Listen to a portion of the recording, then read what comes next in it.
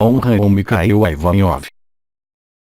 E bem, caros amigos, estou extremamente contente por reencontrá-los e ver que temos pessoas que estão extremamente atentas. E, como de hábito, volto com vocês para interagir. Vocês sabem que eu adoro responder as questões porque, para mim, as questões que vocês colocam correspondem às questões que se colocam muitos outros seres humanos neste período que vocês vivem atualmente. Então, vamos, juntos, interagir, se efetivamente quiserem. Questão: a alimentação influencia na assimilação das partículas adamantinas e na evolução atual? Então, cara amiga, eu responderia em 2 níveis. A primeira coisa, o que vou dizer, não faz disso uma generalização porque cada ser humano é diferente, seja com relação ao tabaco, com relação ao tipo de nutrição e mesmo com relação à carne. Agora, é necessário que vocês apreendam uma coisa que é fundamental e que é, eu penso, a mais importante. Cristo disse: o que é importante, não é o que entra em sua boca, é o que dela sai. Vocês podem fazer muito mais mal com o que sai da sua boca do que com o que entra. Agora, a resposta que eu posso dar. Hoje, seres que não têm mais necessidade de comer e que não comem mais, realmente, completamente, porque eles se nutrem de partículas adamantinas. Há seres que têm necessidade de se enraizar e esses seres têm talvez ainda necessidade de comer a carne, se possível de animais alados e não de animais de 4 patas. Agora, no ângulo mais absoluto, aqueles de vocês que percebem as vibrações, vocês não estão sem observar que, se vocês comem pesado, vocês se tornam pesados, é uma verdade também ao nível vibratório. Isso quer dizer que, naquele momento, vocês têm dificuldade para elevar suas vibrações. Aqueles de vocês que tentaram nada absorver durante algumas horas, 24 horas ou 48 horas, vocês constatam por si mesmos que as vibrações e a consciência são profundamente diferentes a partir do momento em que vocês não fazem mais trabalhar o plexo solar, com os alimentos que chegam. Mas, eu repito, há seres que estão prontos para não mais comer completamente, e outros, de modo algum. Portanto, é preciso adaptar. Ainda uma vez, naquele nível, é preciso saber manter a exata razão e exato equilíbrio. Por exemplo, há tipos de álcool que fazem subir as vibrações, como o champanhe, mas não é uma razão para beber champanhe todos os dias, não é? É similar para o tabaco, um cigarro de vez em quando estritamente nada faz a sua vibração, mas se você fuma todos os dias um maço ou 10 cigarros, você constatará muito rapidamente os efeitos ao nível vibratório. É uma questão de equilíbrio, mas também, isso se chama uma resposta que é específica para cada um, ou seja, o que desencadeia em você os alimentos.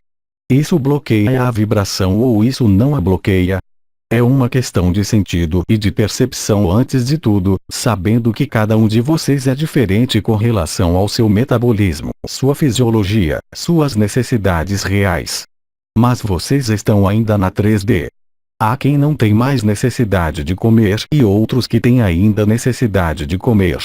Há quem ingere líquido, como Anael disse há quase 2 anos, e outros que comem ainda sólido. Cabe a vocês encontrarem esse famoso equilíbrio entre os prazeres da terceira dimensão, de comer, e a subida vibratória que, efetivamente, se faz mais facilmente se não há alimentos em fase de digestão. É uma evidência. Questão: as subidas de raiva não controladas revelam um bloqueio ou são devidas às evoluções? Então, caro amigo, eu diria que isso vai nos 2 sentidos. O que foi vivido durante o final do ano passado, se isso se eliminava no sentido psicológico, eu disse, e eles disseram, que era uma forma de cristalização. Hoje, não é de modo algum verdadeiro. Lembrem-se de que a luz ilumina a sombra e faz surgir em vocês as últimas sombras, os últimos afetos, as últimas emoções, as últimas cristalizações do mental.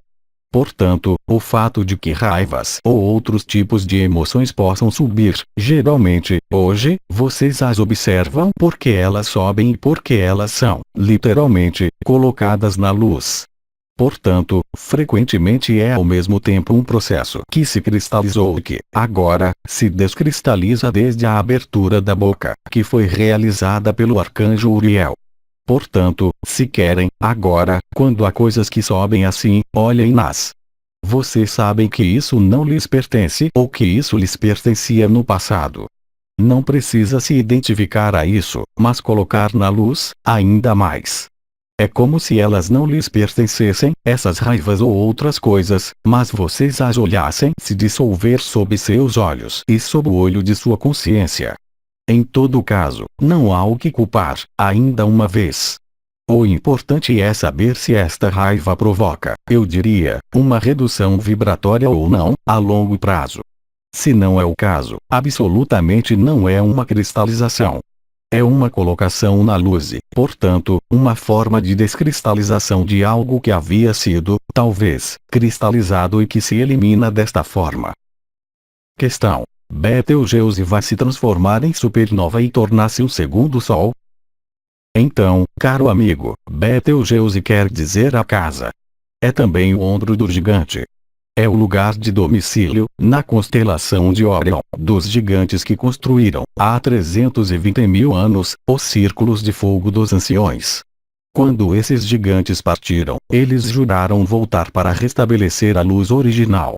O primeiro impulso de supernova de Betelgeuse ocorreu muito precisamente em 15 de agosto do ano 2009, no momento em que a embarcação dos Anunnaki, denominada Nibiru, foi caçada e banida aos confins desse sistema solar. Obviamente que Betelgeuse é a luz que volta. Betelgeuse terá passado, no momento em que a luz chegar, atrás da estrela fixa da constelação de Sagitário, muito exatamente a 19 graus de Sagitário. É uma profecia que havia sido dada por Oriones quando era encarnado como Valquim de Michel de Nostridame ou Nostradamus. Ele deu, muito precisamente, o retorno da luz pela flecha de Sagitário. Isso corresponde, inteiramente, à mitologia remota dos gigantes e corresponde também como um dos elementos do retorno da luz. Então, é claro, vai-se dizer que não é para imediatamente. Eu lhes diria que pode ser a partir de hoje, mas que a influência das irradiações de Betelgeuse foi captada pelos seus cientistas, certamente, uma vez que eles disseram que aquilo ia tornar-se uma supernova. Se eles adivinharam, é por uma visão, obviamente. Aquilo corresponde a modificações tangíveis das irradiações de Betelgeuse, e corresponde, efetivamente, a modificações de seus céus extremamente importantes. Mas Betelgeuse é apenas um dos elementos do retorno da luz, uma vez que o que vai ser afetado prioritariamente, e é já o caso, não é a Terra, mas o Sol, que é a retransmissão de muitas coisas. O Sol, como sabem, é onde se encontram os seus corpos de estado de ser. Cada Sol está ligado a outro Sol, que é o seu duplo ou o seu triplo, e o duplo do Sol é o que se chama de Hercóbulos, Hercólogos, ou seja, também do que chamaram os cientistas, Nêmesis, a vingança ou a estrela da morte, é o gêmeo solar que volta no plano da eclíptica no qual giram os planetas. Todos esses acontecimentos, a luz de Betelgeuse que se transforma em supernova, a transformação do Sol em gigante vermelho, a subida de Nêmesis pelo sul dos planetas, aos confins do sistema solar, a chegada na qual vocês estão agora, doravante, nas nuvens interestelares e o alinhamento com o Sol central de todas as galáxias que é Alcione, a fonte, tudo isso se produz de maneira concomitante, nesse momento mesmo. Portanto, é claro, haverá modificações que são já visíveis no céu, como lhes disseram Anael e Uriel, eu creio. Tudo isso é extremamente visível. Tudo isso é observável. Tudo isso é perceptível. São o início das modificações que haviam sido assinaladas por São João ao nível dos céus, que vocês vivem e, como se diz, ao vivo, não é? É isso que vocês vivem. Então, agora que Betelgeuse dá esta luz visível, e amanhã, em 6 meses, pouco importa, uma vez que tudo isso se produz nesse momento mesmo. Está já aí. A irradiação do Sol, e isso eu já disse, e outros lhes disseram, não é mais de modo algum a mesma. Para os que tinham o hábito de olhar o Sol ou ao lado do Sol, antes, era amarelo, não é. Agora, é branco. É uma evidência, mesmo para os cientistas. Tudo se modifica. Então, Betelgeuse é um elemento da dinâmica cósmica, da dinâmica e do salto dimensional da consciência da Terra e de vocês mesmos, que vivem nesse momento mesmo. Questão: poderíamos falar de Osíris? Agora, os personagens históricos, vou lhes responder em verdade, isso não tem mais qualquer importância, porque o que é importante, é que vocês são, vocês, em vibração. Que aquilo seja realidade ou não, não tem qualquer importância em sua vibração, porque aí, você entra no domínio das crenças e a crença não pode fazê-los vibrar ao nível do coração. É uma adesão mental, ou emocional, ou kármica, em função de sua própria vivência, mas jamais aquilo abrirá a porta do coração. Para nada serve querer identificar e nomear uma entidade, qualquer que seja. Então, eu sou Onraam Mikhail Ivanov, porque guardei esta denominação, mas sou unicamente Onraam Mikhail Ivanov. No limite, isso nada quer dizer. Vocês devem transcender e superar o nome para penetrar a vibração, porque a vibração é verdade, contrariamente ao nome. Hoje, retenha que o que é importante não é absolutamente a história. Se alguém lhe diz que ele é Cristo, e então você lhe responde que você também é Cristo. Qual importância encontrar alguém de exterior a vocês? São apenas dados da história que fazem girar as bicicletas. A verdade irá libertá-los, mas não a verdade do conhecimento, a verdade da sua vibração, porque, quando vocês penetram a vibração do coração, quando vocês vivem o fogo do coração, tudo lhes aparece com limpidez e, nesta limpidez, vocês nada têm a fazer com os dados históricos, porque os dados históricos da Terra pertencem, desde 300 mil anos, a algo de falsificado. Portanto, mesmo a memória de vidas passadas não tem qualquer sentido hoje. É uma armadilha que os desvia, como dizia, eu creio, um amigo, que eu ouvi cuidadosamente, do instante presente. A verdade está no presente. A verdade não é nem ontem, nem amanhã. Os dados históricos não têm qualquer sentido, eles pertencem à falsificação. Enquanto vocês concebem Cristo como exterior a vocês, não compreenderam a missão de Cristo. Enquanto vocês consideram Miguel como um arcanjo exterior a vocês, não compreenderam a vibração de Miguel. Poder-se-ia descrever-lhes Miguel em todas as dimensões. Poder-se-ia descrever-lhes, como o fez, aliás, Steiner, eu creio, a missão de Miguel, mas será que, no entanto, vocês vivem a integração da energia de Miguel, como vocês a vivem agora através dos pontos dos triângulos do coração? Não, absolutamente não. O conhecimento interior não é o saber exterior. O conhecimento exterior não é o conhecimento, é um saber. E o saber prende, sistematicamente, porque afasta do coração. A verdade está no coração e esta verdade, quando vocês ali acedem pela vibração, vocês têm acesso ao estado de ser e têm acesso a todo o universo. E vou dizer-lhes, sinceramente, quando vocês estão na vibração da unidade, saber quem era Cristo ou um amigo ou quem eu sou, eu mesmo, não tem qualquer espécie de importância. Nós somos modelos vibratórios, antes de qualquer coisa, e é isso que é essencial, para vocês, hoje. E nada mais. Questão: a atração para as imagens, como o cinema, pode obstruir as evoluções vibratórias. A imagem, retenham essa palavra, tudo que é imagem, é da magia feita para desviá-los do que vocês são. O essencial é invisível para os olhos. O que vocês veem com os olhos leva-os inevitavelmente para a ilusão. Os cinemas, o que vocês olham e que não é natural, como a caixa de imagens que chamam de televisão, nada há de pior, porque vocês são seduzidos pela imagem. E a imagem é ligada diretamente às zonas precisas no nível do cérebro, que é ligado ao cérebro reptiliano. Há imagens que se incrustam no interior da cabeça, vocês chamam isso de publicidade, que vão conduzi-los a uma sedução que não vem do coração, que vem da noção de prazer e desprazer e que está ligada à falsificação. Por conseguinte, sim, necessariamente, isso reduz o nível vibratório. Há coisas que são vibratoriamente contraditórias e ao oposto uma da outra. O que era possível há ainda 10 anos não é mais. O seu nível vibratório está em constante crescimento.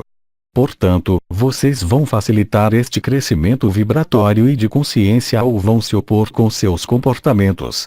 Então, o ser humano tem tendência a manipular-se sozinho também e efetivamente a amar tudo que o manipula, porque tudo que está fora é agradável. Tudo que está fora evita de se colocar as questões fundamentais. Então, são desvios, seja o álcool, o tabaco, a caixa de imagens, TV, o cinema, tudo que vai arrastá-los numa satisfação imediata, que não é uma satisfação espiritual, ou seja, que não é duradoura. Essa satisfação chama, sistematicamente, a recomeçar para reencontrar a mesma emoção, o que não é o caso com as vibrações espirituais da luz adamantina que vocês vivem hoje. Há um dado momento em que é necessário realmente fazer as escolhas. Vocês não podem mais permanecer, como eu disse há 2 anos, com as nádegas entre duas cadeiras. Quanto mais os dias passam, desde esse mês de dezembro, mais vocês devem ir firmemente, com abandono à luz, mas, ao mesmo tempo, em algum lugar presente em sua cabeça, a determinação e a visão de onde vocês vão. Porque, é claro, as resistências de certa parte da humanidade são também resistências à luz por medo, por falta de informações, por rejeição da luz, por medo de perder a personalidade. Tudo isso é estritamente verídico. Então, aqueles de vocês que têm as vibrações da coroa radiante do coração, não me digam que a coroa radiante do coração vai aumentar quando vocês olham as informações, não é? Senão, há um problema. Agora, eu repito, são vocês que fazem as suas escolhas. Onde vocês querem ir? De qualquer modo, as escolhas foram feitas. Portanto, ou vocês ali vão facilmente, ou vocês ali vão cada vez mais dificilmente. Mas irão, de qualquer modo. Questão: quanto mais elevamos a consciência pelo acolhimento das vibrações, mais participamos das evoluções. Então, aí, caro amigo, é uma evidência. Tudo é um. Portanto, quando vocês se juntam à vibração da unidade, quando há cada vez mais seres que se aproximam da unidade, o conjunto do sistema se aproxima da unidade. É uma evidência. Estamos bem além das imagens, ou seja, das egrégoras pesadas. Vocês estão aqui em uma egrégora de luz. Quanto mais seres encontram a unidade ou aproximam-se da unidade, mais o conjunto do sistema se translada para o alto. É deste modo que, cada dia, há cada vez mais seres humanos que se abrem, mesmo sem colocarem as palavras. Talvez eles não saibam mesmo o que é um chakra, talvez eles jamais ouviram falar de Miguel ou de mim, mas, de qualquer modo, eles vivem a transformação. É por isso que nós lhes dizemos, desde sempre, que o mais importante é a vibração. Só a vibração conta, e quando vocês elevam sua vibração, elevam a vibração da Terra. E sim, cabe a você sozinho, porque, se imitarem Cristo e se tornarem Cristo, vocês se dão conta do que fez Cristo, sozinho, pelo seu sacrifício. Vocês têm a capacidade de fazer exatamente a mesma coisa, inteiramente e em verdade. Não é uma ilusão, é a estrita verdade. Se vocês elevam seu nível vibratório, vão elevar o nível vibratório do que está ao redor de vocês. Por conseguinte, esta elevação vibratória, que se poderia qualificar de pessoal, é, de fato, coletiva, imediatamente. Porque, juntando-se à sua unidade, vocês restabelecem a comunicação unitária, onde tudo é um, inteiramente. E, aliás, creio que vocês têm um encontro importante, nós o temos com vocês, no fim deste mês, com o Arcanjo Miguel. Nota: 28 de fevereiro às 17h13 no horário de Brasília. Aí vocês irão constatar o salto quântico em uma outra escala. Questão: o que é da evolução do mundo encantado e dos elfos? Então, eles são estabelecidos na própria vibração unitária deles. Portanto, eles não têm evolução. A Terra ascensiona, eles permanecerão sempre na dimensão unitária deles, que é um mundo específico que nada tem a ver com o mundo da consciência humana. São consciências que evoluem também, mas elas não têm que se transformar, porque já são unificadas. São mundos que foram, como dizer, a expressão exata, inseridos nesta realidade tridimensional pelos arcanjos e os Elohim, depois, justamente para evitar que este mundo se fechasse totalmente em si mesmo e, finalmente, morresse.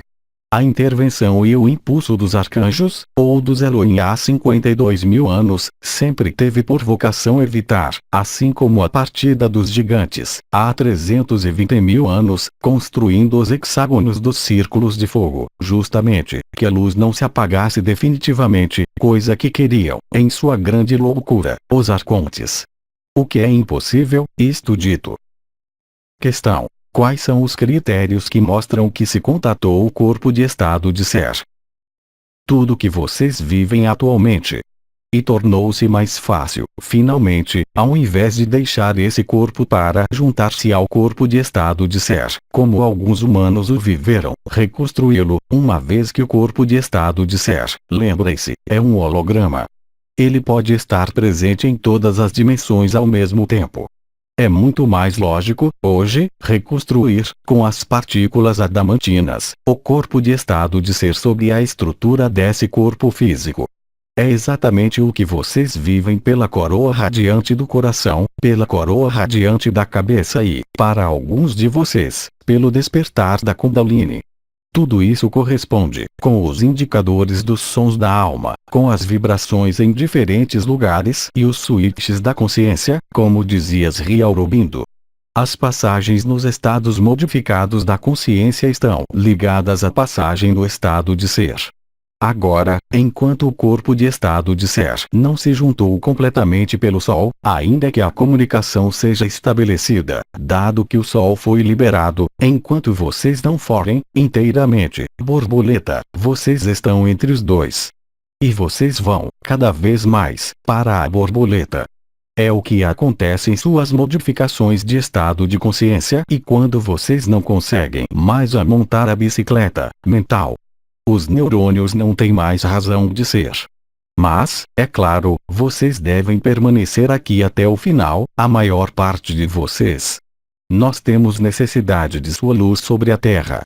Isso foi explicado longamente pelo Arcanjo Miguel, já durante os casamentos celestes, e após. Questão. Isso explica que, quando sentimos partir no Sol, sentimos-nos trazido para o corpo. Perfeitamente. São idas e vindas. Porque, se permanecessem bastante tempo na vibração do estado de ser, no Sol, ou a viajar à esquerda, à direita, vocês compreenderiam muito rapidamente que não tem mais qualquer razão para voltar. Mas vocês têm uma missão a realizar. Questão. O processo de despertar da Kundalini é o mesmo que a de 30 anos? Não, absolutamente não, porque, desde mais ou menos quase 30 anos, desde agosto de 1984, as energias retransmitidas pelo Sol Central, a irradiação azul desceu até vocês. E, descendo até vocês, bem antes dos casamentos celestes, para os mais antigos, abriu e preparou o que se chama de canal mediano, onde sobe a Kundalini quando ela se desperta. A Kundalini, quando ela subia há várias décadas e desde tempos imemoráveis, queimava tudo, ao longo de sua subida. Ora aí, o trabalho foi feito pela energia descendente.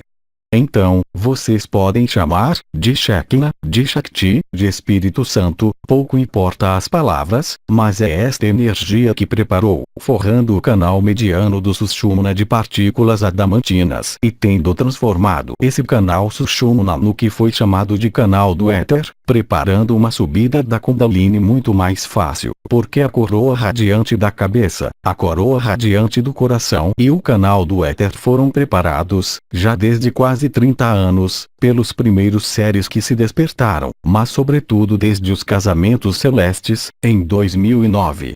Portanto, as subidas da Kundalini, hoje, estritamente nada tem a ver com o que acontecia há 30, 40 anos, ainda.